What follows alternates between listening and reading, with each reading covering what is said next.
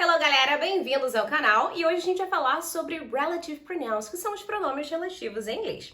Já aproveita, já deixa seu like aqui e ativa também as notificações para você não perder nenhum vídeo. E bora lá! Então, para que serve um pronome relativo? O pronome relativo, ele serve pra gente conectar duas orações, retomar algo que já foi dito anteriormente. E a gente tem aqui algumas palavras que são usadas tanto como perguntas, vocês devem provavelmente conhecê-los como pronomes interrogativos, né? Por exemplo, conhecer where. Ele é muito usado nas perguntas quando a gente vai falar sobre um lugar. Por exemplo, where are you from? Né? Da onde você veio? Qual a sua origem? Mas ele também pode ser usado no meio de duas sentenças, ali unindo as duas. Vamos lá? Então, o primeiro pronome relativo que nós temos aqui é o where. E lembra que ele vai ser usado quando a gente vai falar sobre lugar, ok? Então, where vai ser usado para lugar. For example, Paris is the place where I visited. Paris is the place where I visited. Reparem que nós estamos usando aqui where porque ele está retomando Paris. Então a gente está falando sobre uma cidade. Toda vez que estiver falando ali sobre uma cidade, sobre um lugar, sobre um estado, sobre um país, você vai usar o pronome relativo where. Então diz aqui que Paris é o lugar onde eu visitei, certo? Então where, lugar. Em seguida nós temos aqui o who. E ele vai ser usado para pessoas, tá? Ali principalmente com função de sujeito. Lembra disso? Então who vai ser usado para pessoas. For example, he is the teacher. Who helped me? He is the teacher who helped me. Repara só, a gente está usando aqui o who, ele está se referindo aqui ao pronome he. Então, ele é o professor que me ajudou. Esse who, muitas vezes, com pronome relativo, ele vai ter o sentido de que ou quem. Então, ali, ele é o professor que me ajudou. Então, quem me ajudou? O professor. Tudo bem? Então, esse who está fazendo referência ao nosso sujeito. Inclusive, ele acompanha aqui um verbo. Em seguida, nós temos ali o when, que vai ser usado para tempo. Então, quando a gente for falar sobre algum período de tempo, por exemplo, dias, meses, anos, estações, você vai usar when. For example, December is the month when I celebrate my birthday. December is the month when I celebrate my birthday.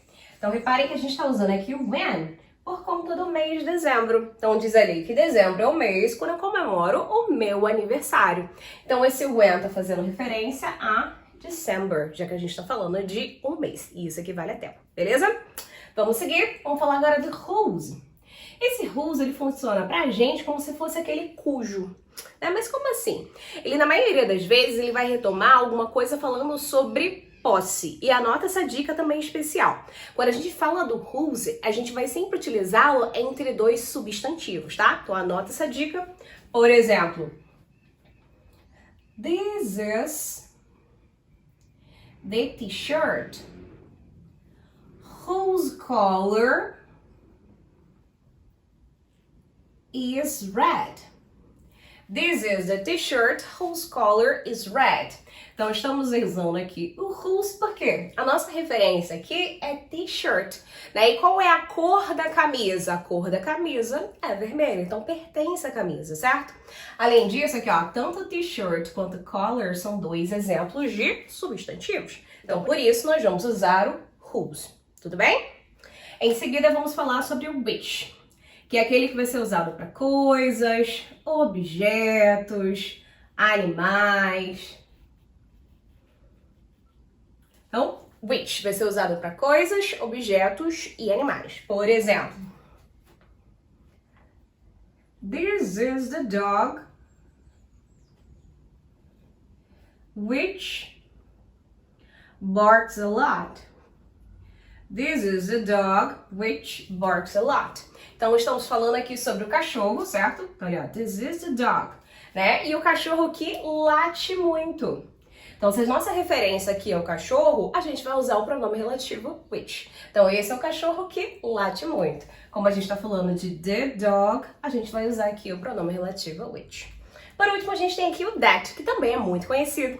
Inclusive, ele pode fazer a substituição de alguns outros. Por exemplo, o who, o which e o whom, que a gente vai ver em um próximo vídeo. Então, olha lá, esse that, ele funciona como se fosse mais ou menos um coringa. Então, ele pode ser usado para coisas, objetos, animais, pessoas. Mas coloca aí uma observação no caderno de vocês. O that, ele não pode ser usado entre vírgulas, tá? Anota isso. Outro exemplo também que ele não pode ser usado é quando a gente tem ali uma non-defining clause. O que é isso? São aquelas orações que a gente não pode retirar uma parte porque senão não vai ter sentido nenhum. Então, nesses casos, a gente não vai usar o that. Então, lembra? Ele pode substituir tanto who, which e o whom, né? Então, ele pode ser usado para coisas, objetos, animais.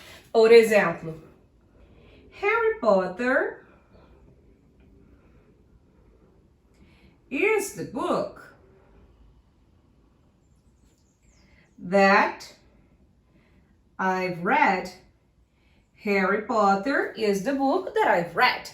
Então, a gente está falando aqui sobre Harry Potter, que é um livro que eu li, certo? Então, lembra, se eu quisesse, eu poderia fazer a substituição do that aqui pelo which, por exemplo, já que a gente está falando de um livro. Quando a gente tem coisas, objetos, animais, livros em geral, eu posso usar também o which. Então, aqui também seria um caso que a gente poderia colocar, beleza? Então, sobre o que nós falamos aqui hoje? Falamos sobre relative pronouns. Então, lembra que where vai ser usado para lugares, who para pessoas, when para tempo, whose é aquele cujo, com posse, né? Ele vem entre dois substantivos.